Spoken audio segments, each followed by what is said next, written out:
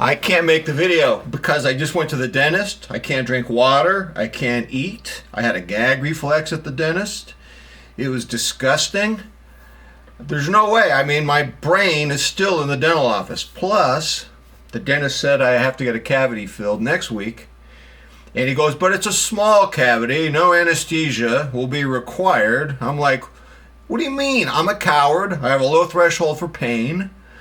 And I want anesthesia. Do I get a vote in this?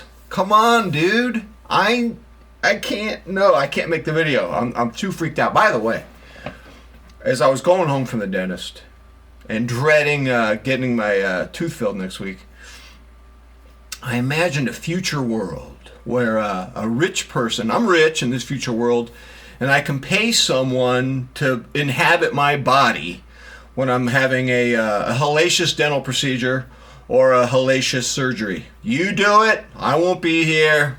You do it for me. I don't want to be here. I'll pay you. I'll pay you handsomely to do it. So that's magical thinking, McMahon. And so that's today's topic regarding my watch hobby. For those of you who don't know me, I'm Jeff McMahon. I don't just have a watch addiction. That's an oversimplification. I have a watch obsession, a watch love. You know, I'm not here today to bag on the watch hobby. Oh, it's such a miserable thing. I'm not going to be negative about it. This is my first video for 2024. Frankly, the watch hobby is very complicated. I don't want to put it in a little box and say it's all bad or all good. It's a very rich, complex beast. It's a beast of its own. And I want to talk about magical thinking. I'll tell you why. I'm preparing a course in my critical thinking class where my students, they study the notion of magical thinking as it's presented by the famous Hollywood therapist and best-selling author, Phil Stutz, who's I recommend you watch his documentary on Netflix where he helps Jonah Hill get through his magical thinking. And Phil Stutz writes a lot about magical thinking. And so my students are going to analyze the moral disintegration of a character from an F. Scott Fitzgerald short story called Winter Dreams. The character's name is Dexter Green. And he wastes his whole life obsessing over a woman named Judy Jones. And this story is considered to be a sort of laboratory for his masterpiece, The Great Gatsby. And my students are going to analyze the unhealthy obsession that Dexter Green has with Judy Jones in the framework of magical thinking. So, what is magical thinking? Magical thinking is the belief that you can buy things to protect yourself from a world of pain, misery, and uncertainty, and you can just live in constant pleasure. And most of us, according to Phil Stutz, we exist in this insane world of magical thinking because it's taught to us in culture, in popular culture, in consumer culture, in social influencers. You know, I've had students, speaking of magical thinking, some of my students are personal trainers. And they have these clients who show up to the gym, and the very fact that they're paying my students $80 an hour, that's it. I'm going to have a great body. I'm going to have a hot Instagram bod because I gave so-and-so $80 an hour. That's magical thinking. You can't buy a hot bod. I don't even know if I trust Ozempic and all these other, what are they, GLP-1 drugs. I don't know if I trust them. We'll see. They're supposed to curb our appetites. I know there's some muscle mass that's lost in taking these. You know, some people, they just join a gym they have $80 deducted from their check every month. And, okay, I'm going to have a hot bod because I have a gym membership. It's magical thinking to think that we can just buy some kind of happiness. And then the other thing that Phil Stutz talks about, what's interesting about Phil Stutz is that a lot of his patients are very successful. They work in the Hollywood entertainment industry, they work in business, tech. They're very successful in their public life. But he gives you case studies. He never gives you their real name, but he gives you case studies. These individuals have a personal life that's characterized by chaos. It's just chaos because they live the lies of magical thinking.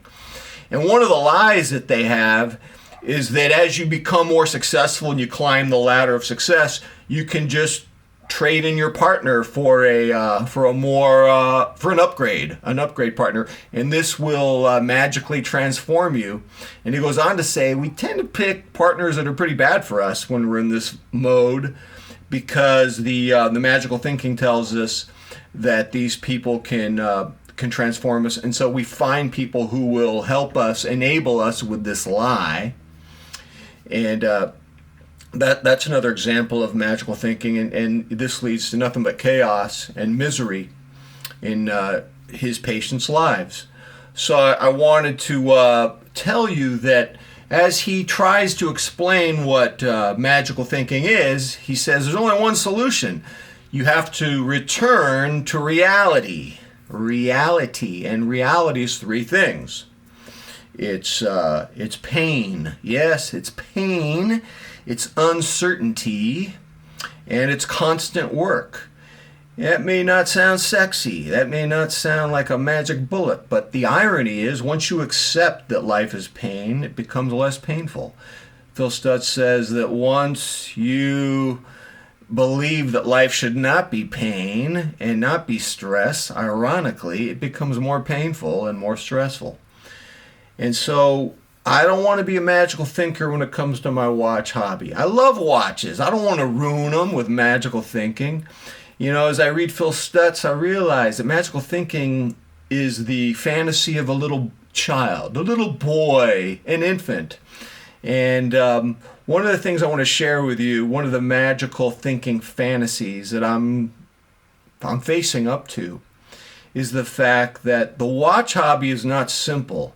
It's full of contradictions that you're never going to be able to resolve. And there's one that I've talked about on this channel before, and I realize it's magical thinking to believe that I can never reconcile this contradiction as someone who loves watches, and I'll tell you what it is.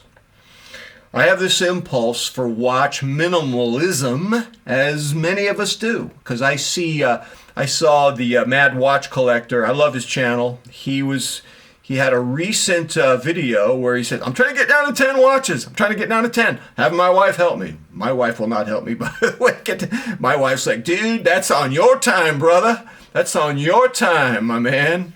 My wife will not help me in regard to anything about my watch collection. But, you know, he wants to get down to 10. He wants to get down to 10. I'm currently at 8. I mean, my daughters were mocking me the other day because they watched one of my videos. They said, Dad, you say you have 7 in your rotation and your 8th watch is a beater. Just admit it. You have 8 watches. Don't try to, slice the salami too thin, Dad. My daughters are smart. They're on to me. So, yeah, I have 8 watches. And Mad Watch Collector's trying to get down to 10. And that's because part of the contradiction of being a watch collector is that we want just a few watches, because then we can bond with them. And by the way, it stresses me out because I have 6 mechanical watches in my collection. It stresses me out when they stop. I just like, oh, it stopped. What? I should just put them away, hide them, and just not freak out. So what? It stopped, dude. It can stop for like a month. You're going to be okay. But in my head, it stopped. Stop the world, man, because one of my watches stopped. Oh, my God. Or I'm not going to buy one of those big machines that shakes them around. An automatic watch winder for only $5,000. I'm not doing it. So we all love the idea of having like a 3-watch collection, because then we can bond with a watch. We don't have the anxiety of looking at a bunch of stopped watches. It really appeals to all of us. I've talked to a lot of watch collectors, and they all say, oh, I was so happy when I only had 2 watches, when I only had a one and done. I only had 3. Oh, okay. Well, here's the thing, though. As a watch obsessive, we have a contradiction. We also look at watches like an art collector collects paintings.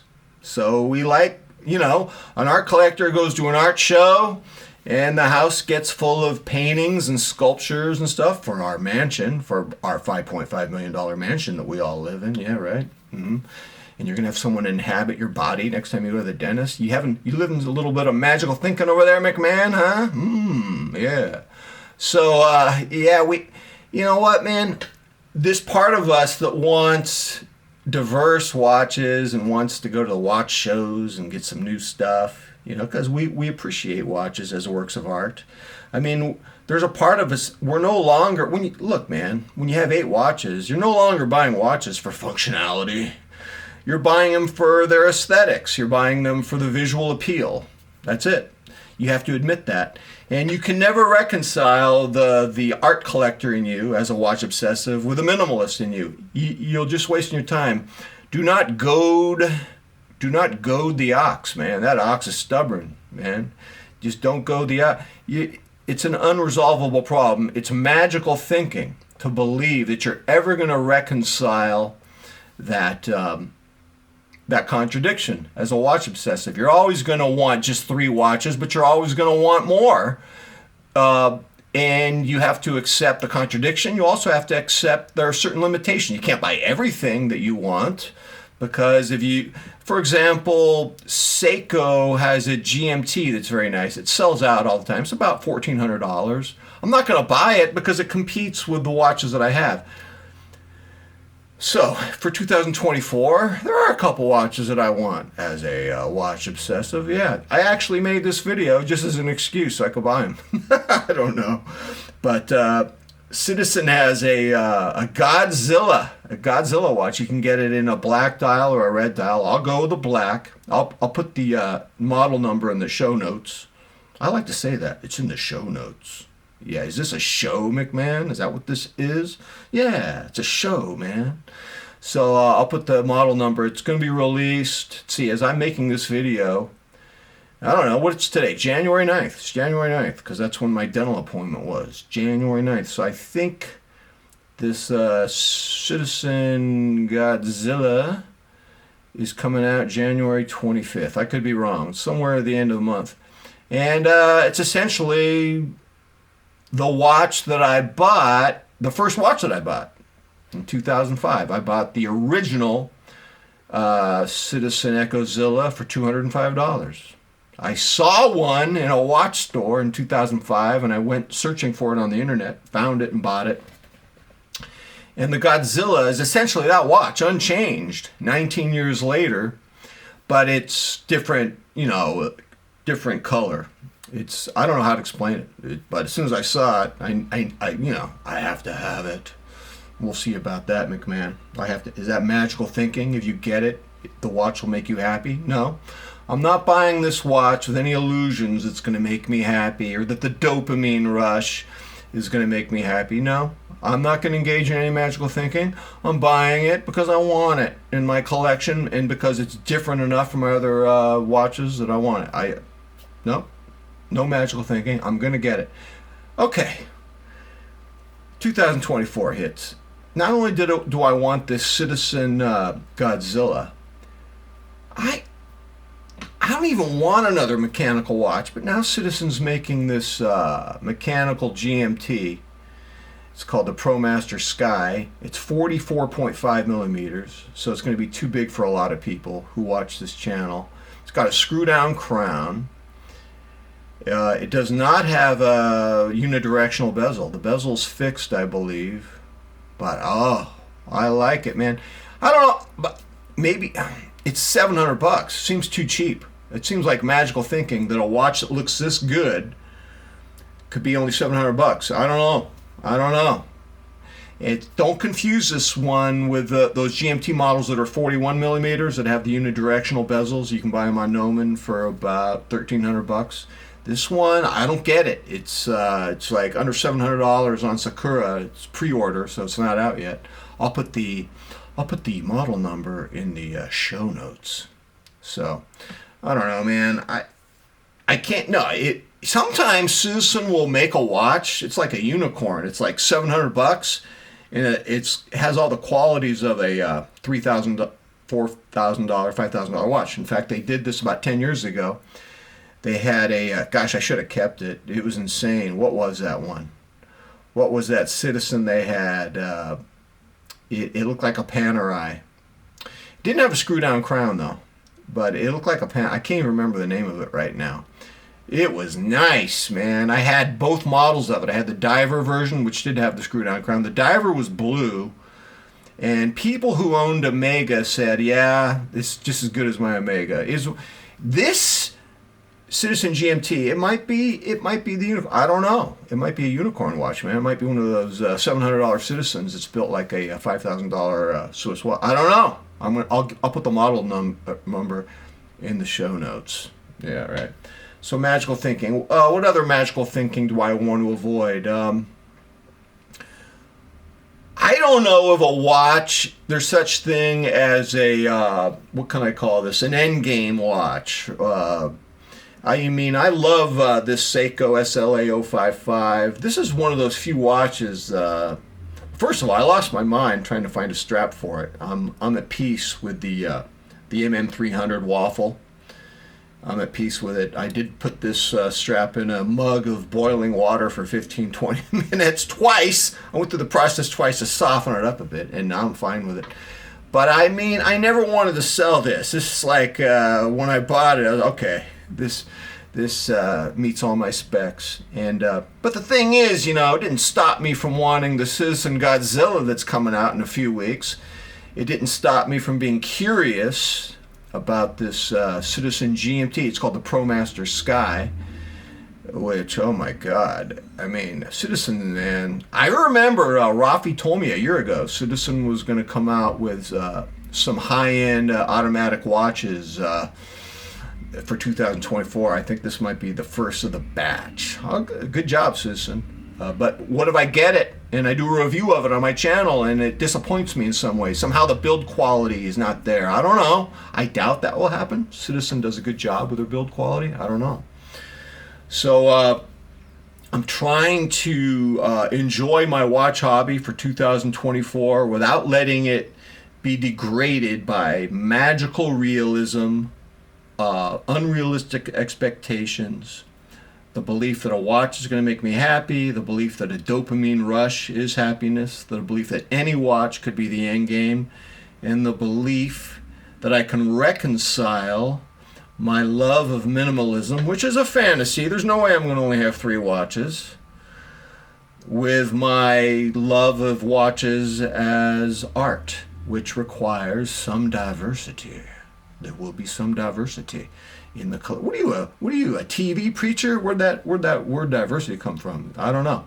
So I was not supposed to make this video because I was rattled from my dental procedure, but I did it anyway. I did it for the team. I did it because I'm a man of high purpose. I'm a man who's living on high channel functioning because I'm reading Phil Stutz. He's protecting me from low channel functioning, and I'm trying to stay in high channel functioning. I'm going to do another Phil Stutz video. I think my next one, he writes about Father Time. He writes about how we have to succumb to Father Time, to share in Father's Time powers. And if we don't, if we resist Father Time, if we run away from Father Time will crush us, will destroy us. And it's so deep. I'm going to have to do a whole video on it. It's going to be in my next video. It's in his book, what's that book called? Something about life, lessons for life or something, which I mentioned earlier. The title of it escapes me, but I'm going to have to do, it's ironic that I do a lot of videos on watches, time, and Phil Stutz has guided me to Father Time, which is going to be its own video. I think I'm going to work on that one. Maybe have that one ready in the next week or so. That very exciting, McMahon. If you survive your cavity filling next week, if you don't pass out and lose consciousness like the Cowardly Lion after Dorothy slaps him in the face, put him up, put him up. All right, ladies and gentlemen, I'm done. I am so done. And until next time, I'm out.